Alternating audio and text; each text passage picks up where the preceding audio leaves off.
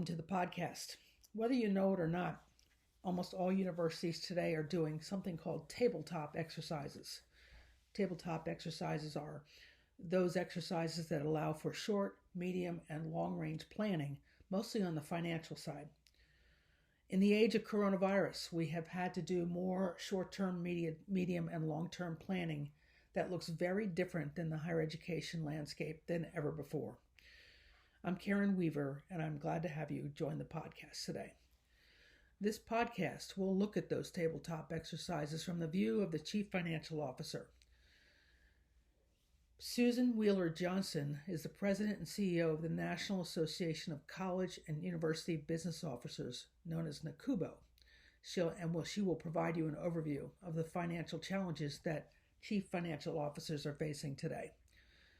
She's been at the head of NACUBO since August of 2018, and prior to that, she was at the Association of Governing Boards of Universities and Colleges, known as AGB, for 12 years as its Executive Vice President and Chief Operating Officer. She was responsible for the day-to-day operations of the organization and strategic planning. She's an excellent person for us to think about some of the challenges that universities are undergoing right now, and in fact, whether they can open up in the fall, either as a residential institution or as a fully online institution or some combination of the above. The harder question to answer in this discussion is what happens to athletics. And I'm of the opinion that nothing can be decided about athletics until universities decide how they're going to proceed with their traditional campus environments. So here is a good conversation to start thinking about the ideas that university chief financial officers, presidents, and boards of trustees need to think about in this age of coronavirus. So good morning, everyone, and welcome to the podcast. I'm Karen Weaver. Today I'm joined by Susan Johnston, who is the Executive Director of the National Association of College Business Officers and College and University Business Officers in Washington, D.C., also affectionately known as NACUBO. I've asked Susan to join us today to talk about some of the areas around finance and risk management that colleges and universities are thinking about in this age of coronavirus. So Susan, welcome to the podcast. Thank you very much. I'm glad to hear that NACUBO is affectionately known. So, yes, in certain circles, absolutely it is. So your website, and I encourage folks who want to learn more about the organization to spend some time on the website because it's really a rich resource for the kinds of work that business officers do. And I want to start with your relatively new report on endowments. And you talked about averages, trends. Now that the stock market is completely out of whack, what suggestions you or your business officers are providing to their presidents about how to manage through all of this? Well, it is a crazy time, and that's an understatement. The market is up and down with radical swings.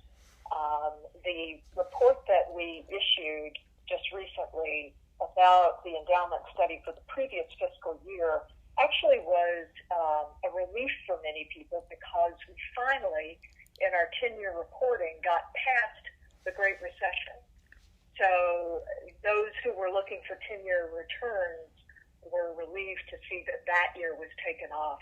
But we now are facing another 10 or more years with whatever this market has done for the endowment.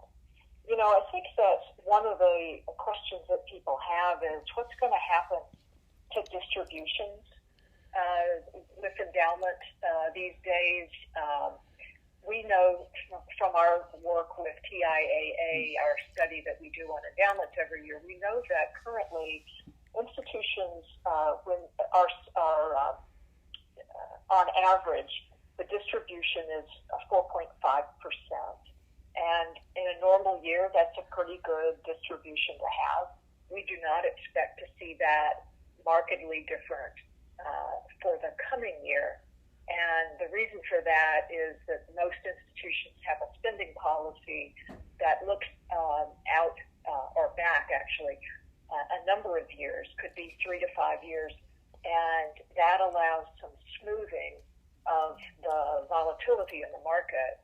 So looking back this year, we will not see much change on that distribution, with one possible exception, and that is institutions that, for reasons of greater support for students, emergency support for students, or emergency needs that they have, there may be higher withdrawals.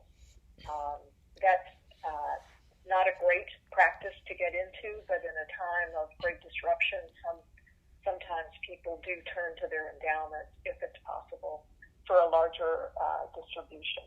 We don't expect to see too much of that, though. The one thing that I would say is that about 50% of the endowment draw every year, institutions use that money for student financial aid. And one of the questions that we're going to have as all colleges and universities is what's going to happen to student need for financial aid.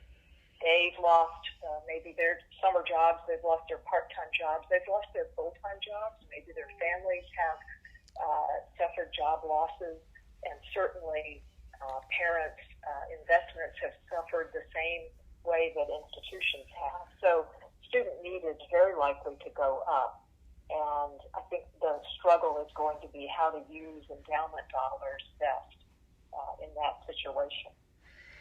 Such a good point about student financial aid, because so many schools, particularly small to medium-sized privates, depend on that discount rate to be able to attract students and retain them over a course of their academic careers. And if the endowment's shrinking, can they continue to award and financial aid at the rates they've been awarding it at? Yeah, that's the real question.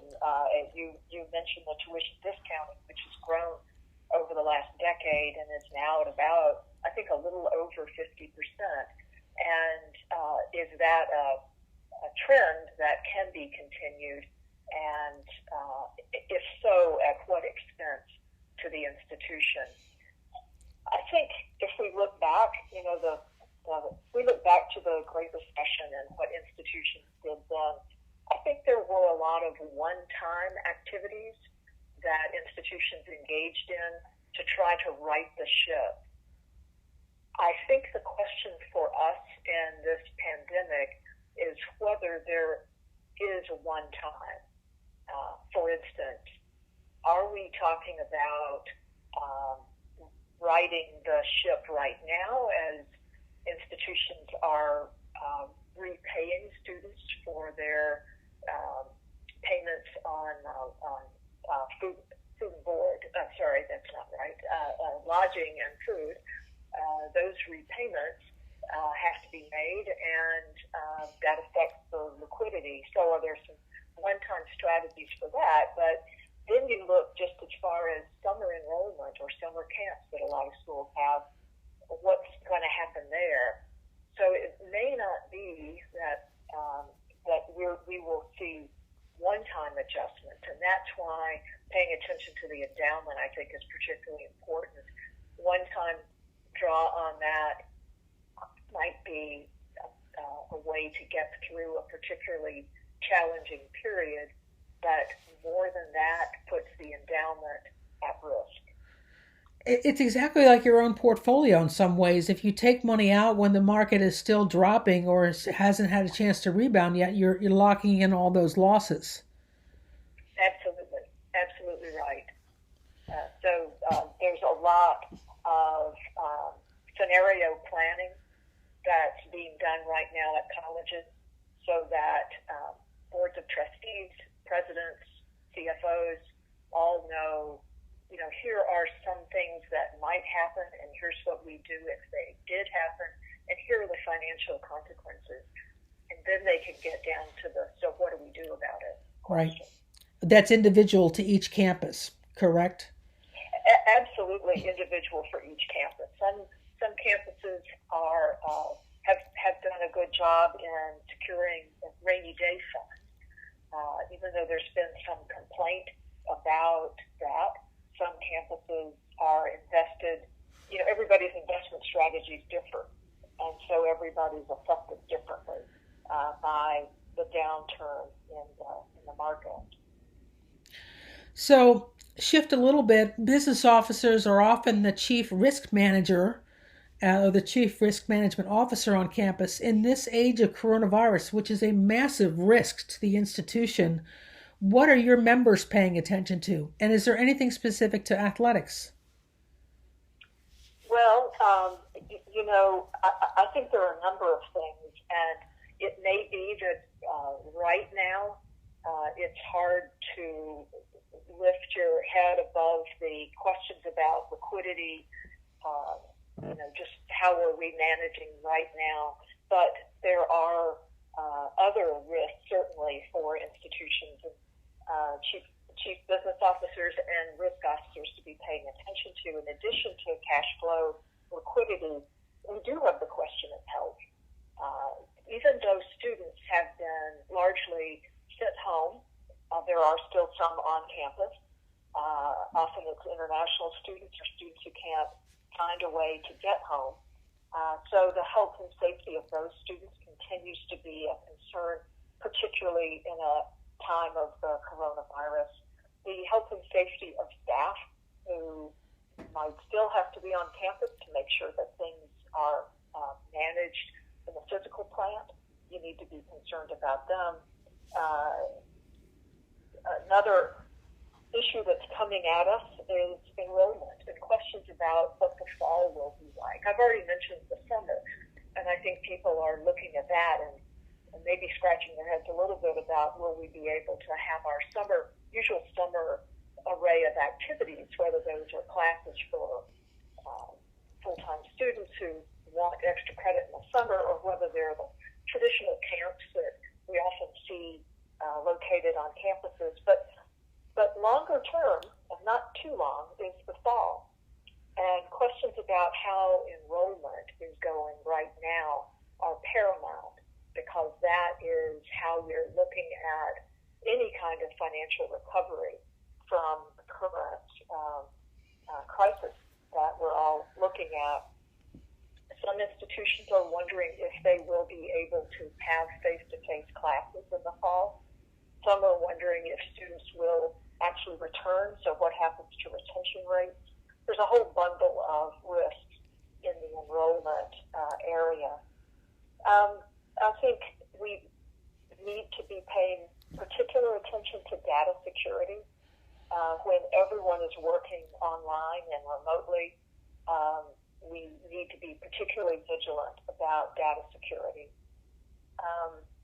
I think that we also want to pay attention to educational quality. Faculty have, by and large, made a tremendous and quick switch over from face-to-face to online teaching. It's not everybody's strength, and not everybody has been deeply trained in that. So what's happening to educational quality in this really important shift and an appropriate shift that institutions have made to online instruction? But people have to gain experience with that to make sure that their pedagogy is suitable. I think that there are also just a couple more that are on my list, and I do have something here for athletics. We need to be paying attention to equity. Can students who don't have easy access to technology and to the internet continue? And often these are students who come to us with the greatest need. And finally, the continuing sentencing of parents and others who engaged in the varsity blues scandal.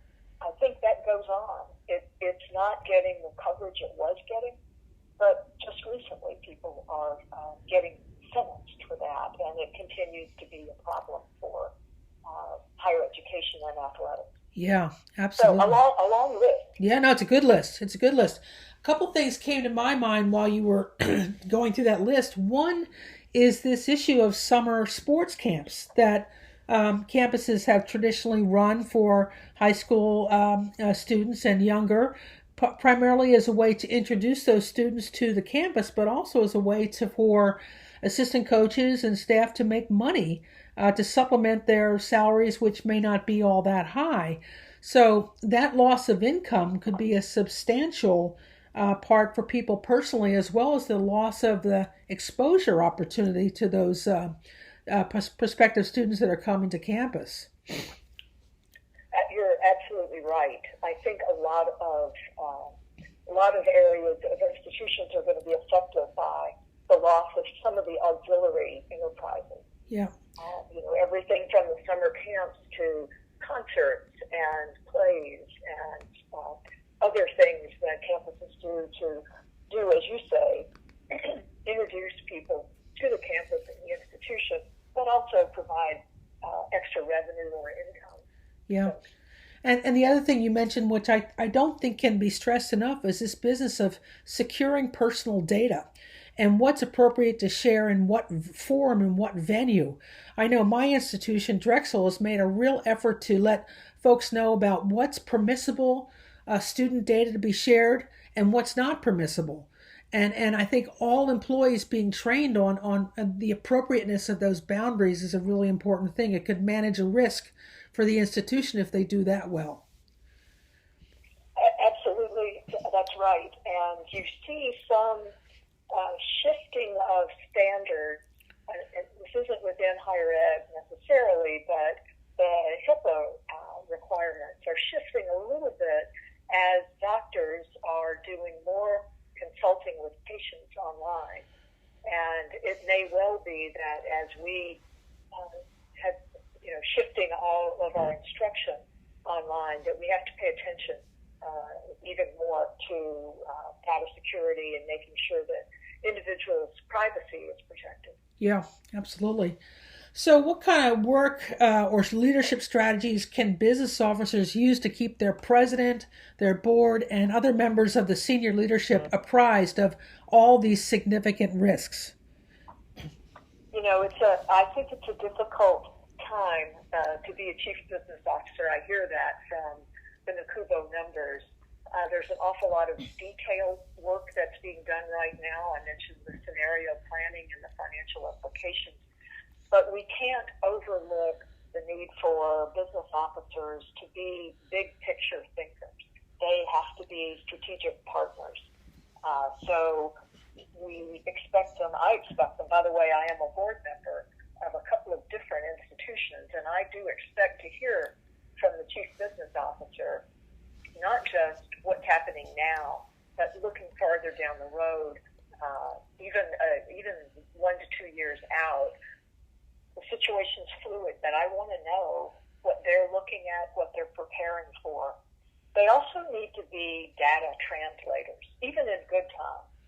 I think that chief business officers have to be able to translate financial data into language that ordinary folks are going to understand, whether they're talking to faculty members, to athletes, to staff, to board members, even to the public at large.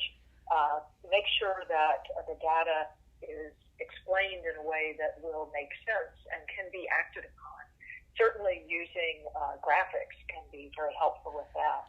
I think they also have to be really good communicators. They have to understand the different needs of different audiences. And they have to be, for better or for worse, everybody now has to be good at change management. And I think that the chief business officer, if he or she can be seen as an expert in change management, strategic thinking, good use of data and communication, that those are the good leadership strategies that are going to help keep everybody informed and moving collectively in the right direction. I think that's really, really good advice for all senior leaders at this point, and also the idea that somehow we're going to figure this out, and staying, cautiously optimistic, I would think would benefit them as well. Yes, I think so. And I also think that we shouldn't forget to advocate for our institutions and for higher education. We entered this period of the coronavirus with a lot of people wondering about the value of higher education. And I think business officers, along with presidents, board members, and other institutional leaders, have to see themselves as advocates. And Frankly, I'm finding that pretty easy to do these days as I see institutions joining in the effort to produce masks, to shift stockpiles of gloves and masks that they might have on campus to hospitals, to maybe using their residence halls as a place to shelter homeless people or people who need overflow from hospitals. There are all kinds of ways that higher education is contributing to the current crisis. And if we want to be advocates for our institutions and for the industry as a whole, that's a good place to start. Yeah. But we're going to need higher education after this crisis, and it has to be kept strong and viable so that our research can continue, the development of new leaders can continue. So it's critical that the chief business officers work together with other leaders to make sure that our institutions stay strong for the future. That's really good advice. The Economic Stimulus Act that just came out of the federal government didn't really give higher ed as much as they would have preferred in terms of general dollars. They gave a lot of dollars that were very specific to Pell Grant-focused institutions. How will NACUBO fit into advocating for more in the potential next round of economic stimulus? Well, from what I'm reading, I hope there's another round, but I've been reading the back and forth between the House and White House, and will there be a fourth stimulus act? I don't know. It seems to be, what I'm reading about, it seems to be focused more on the kind of Obama-era shovel-ready projects. But if there is an opportunity for a fourth, for the discussion of a next stimulus, NACUBO will definitely be in it. I'll tell you right now, the thing that is most important, we requested $50 billion, $50 billion, and got $14 billion allocated to higher education. The problem that we have right now is it's not being released, and the needs of our campuses are current. They're now and they're urgent. So we're working with other associations to press the Department of Education to release those funds as soon as possible because cash flow is an issue. We are also working with other associations on all kinds of letters to not just the cash, but some of the embedded regulations that need to be that need support and attention. For instance, fundraising needs to continue. Americans are generous donors, even in times of crisis, times of financial crisis. Americans are very generous donors. But the most recent Tax Act from a year or so ago made giving less well supported because it took away the tax support for philanthropy. So we're trying to push for greater flexibility in the tax area to ensure that people who can give will give because they'll realize the tax advantage to that. Yeah. Just to encourage charitable giving, I think, is important for this, and also making sure that things like the GI Bill benefits that are available to veterans are available if education has moved online, and that has been a problem for a while, and we continue to work on that. So not everything is that will be helpful to institutions and to students is directly in stimulus dollars that come to campus, although those are very important. But there are other ways of funding getting to our institutions, and NACUBO is paying attention to that. Yeah.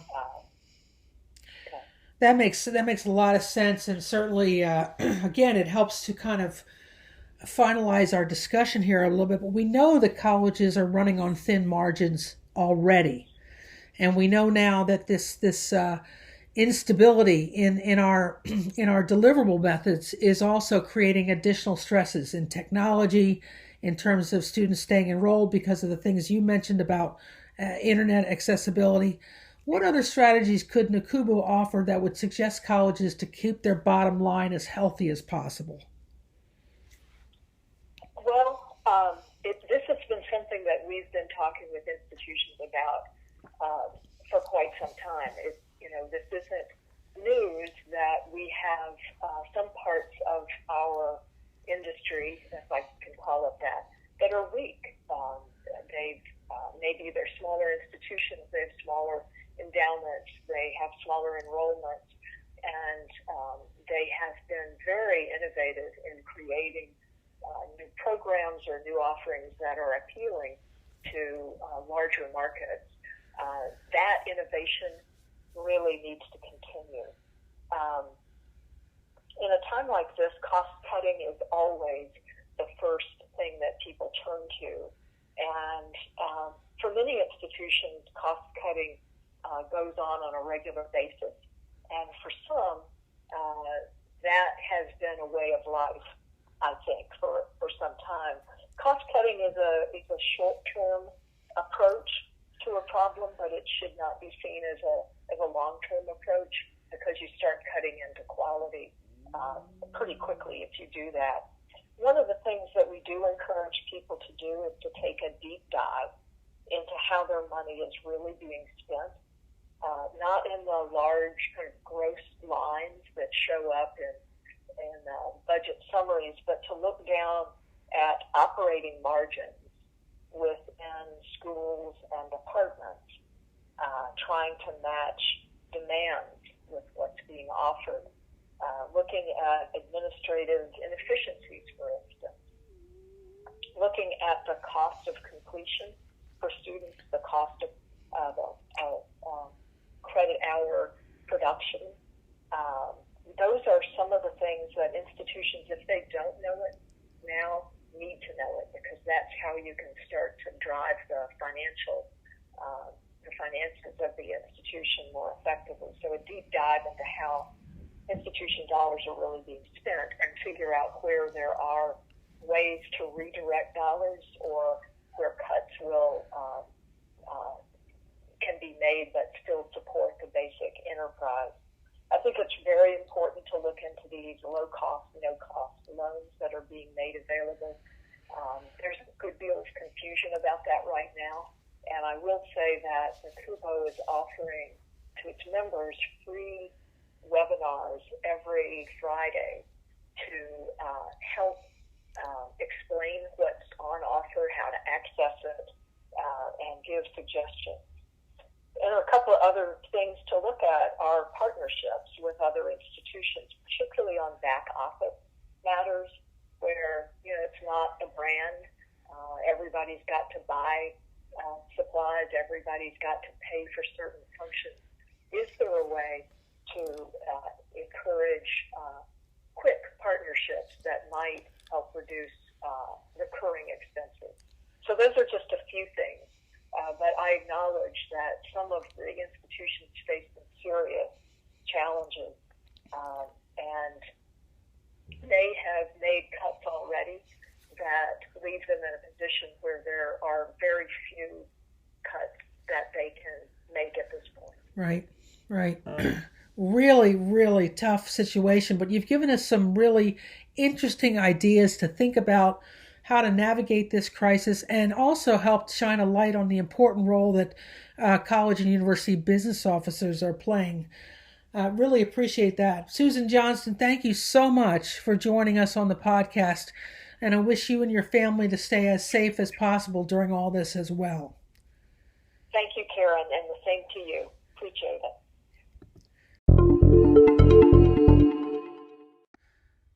That's a wrap.